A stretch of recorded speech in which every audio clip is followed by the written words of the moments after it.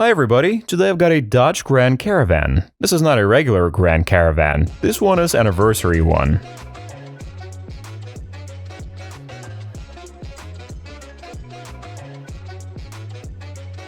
So what's the difference between the average Grand Caravan and anniversary one? There's an emblem on the fender, a nameplate on the dashboard, and most importantly, a nameplate on the key. But Wikipedia also says that it's supposed to have some special rims, anniversary ones. And the car's got an upgraded suspension. This is a big family vehicle that's been in production since 1983. The car that you see in this video is 2014 model. The car's pretty nice and comfortable, you can combine both family duties and business. You can get in and drive somewhere for a weekend with bikes, with tents, with a lot of stuff, go fishing, and so on and so forth. Or in my case, I can go to junkyard next weekend, take the engine off and bring it to my garage, provided you have some kind of car business of your own. Yeah, this is what this car was made for. To carry all sorts of large things like that. Speaking of the engine, it's relatively economical, which is 3.6 liters. Yeah, it's a micro-compact car, and they put these engines in almost everywhere, for example in Chrysler 300, Dodge Ram, Dodge Pro Master, various Challengers, Chargers, and this is a very good engine, very nice one, very reliable. I like it. By the way, this car has 286 horsepower, or 283, I can't remember exactly. And considering this is a front-wheel drive car, that's a lot of horsepower. If you push the gas pedal too hard, there's gonna be a wheel slip like 100%. But in general, it drives smoothly in the city, feels good, starts off softly. It seems like it shifts okay, but I would say it shifts weirdly. I can't figure out how it performs. Fuel consumption in the city is about 18 miles per gallon. For a car like this, it's alright. Basically, I like the way it drives, even though it's huge and long. It's maneuverable, it's comfortable. There are no problems with parking, no problems with anything. That's all fine, I can't say anything bad. It's a large, comfortable, and spacious car. When driving on the highway, the fuel consumption decreases. We got approximately 25-27 miles per gallon on average. It drives fast, it's steady at high speed, it holds the road with confidence. Just comfortable and stable. The only issue we can have with these engines is the intake camshaft issue. It has some issues with the thermostat, and the cylinder head gasket is blown. But that happens closer to 150-170,000 mileage, and not to every car. If you look at the car auction, these Grand Caravans after being used as a cab can go 300,000 miles. The weak point of this particular car is of course the transmission. It's very ancient and it's not clear how it works. For me, the transmission in this car feels so weird. I like everything about this car except for the transmission. Also, what I like about this car that I've got here is that it looks really good. It feels like it's brand new inside, it's in perfect condition, and it maintains its freshness. I mean, it's a 2014 car, but its interior looks awesome. The steering wheel here is regular. It's not ugly, but it's also not one of those nice steering wheels that's for example on Durango or something else with Dodge written on it. But it's, well, I've kind of accepted it. I got used to the selector too, that'll work. Window regulators, climate control, they're even the rear quarter windows, they open. Also there is a mirror to keep an eye on the kids. But the major thing about this car is the space. You can fold all the seats down and you can make a flat floor here. That's very smart, very cool, I mean, not all cars can do that. Externally, the car looks acceptable. It doesn't freak me out, it doesn't repel me. I wouldn't say that I super like it, it's pleasant, just pleasant. This car hasn't changed much from 2008 to 2023. I mean, you have to own a Grand Caravan to tell the difference. You're not gonna distinguish them in the traffic. So let's take a look at this car from the inside. In particular, let's check out the bottom of this baby.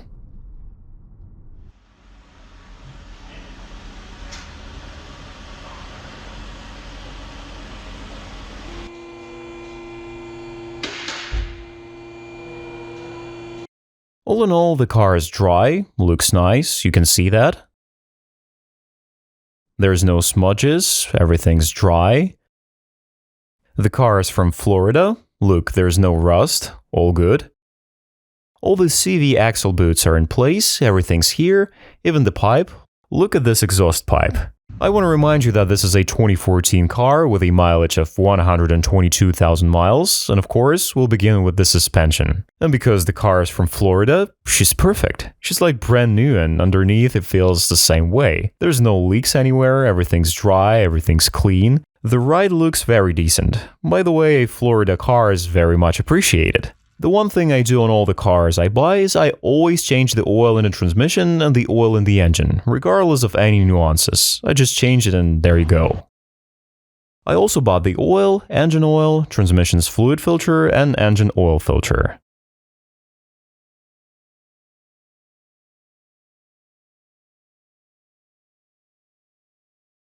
Here's the transmission fluid filter. Here's the transmission pan gasket. And here's the O-ring. But someone's already removed this oil pan. And there is a sealant instead of a gasket. So I'm gonna have to clean this thing. Somebody's been there before. Yeah, the transmission was really low in oil. That's alright.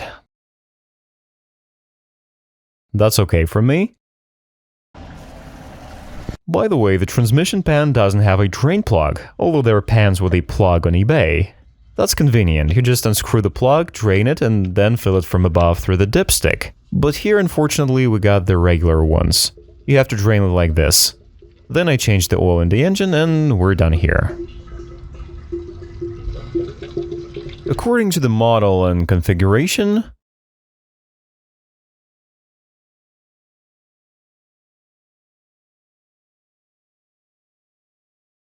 there are 6 quarts of engine oil and 5.5 quarts of transmission fluid.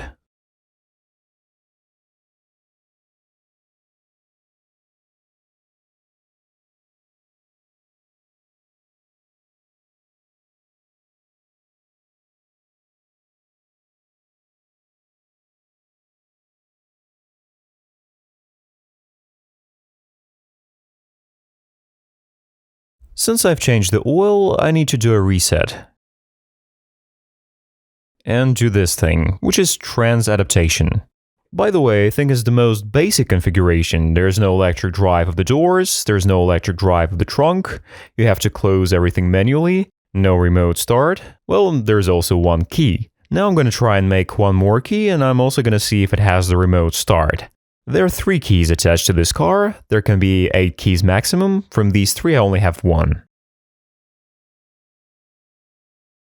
And let's add one more. Most likely it has the first immobilizer type.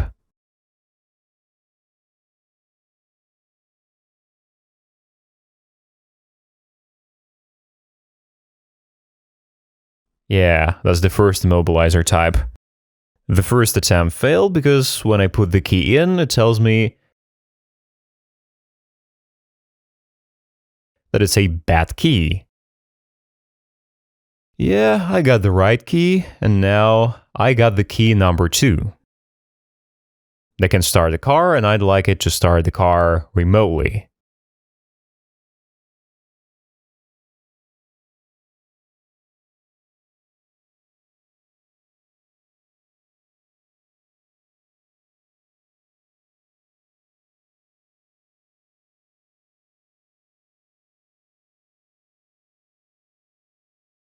Okay, no remote start, I got it. Also, the radio didn't work in this particular car, and I decided to buy a slightly better one. With a camera, with a CarPlay. It took half a day to install it, but it was worth it.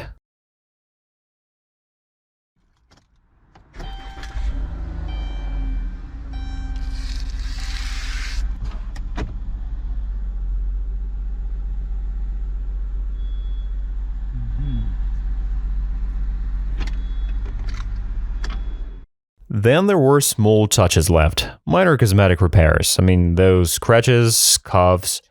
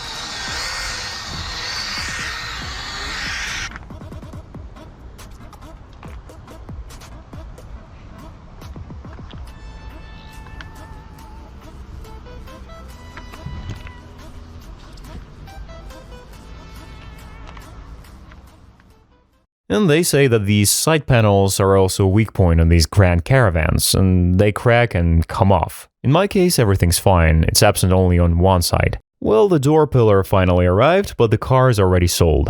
Yeah, it's gone, didn't even wait for the end of this video. Originally, I bought this car for myself to carry things, some car parts and other stuff, but as it turned out, the car ended up being someone else's family car.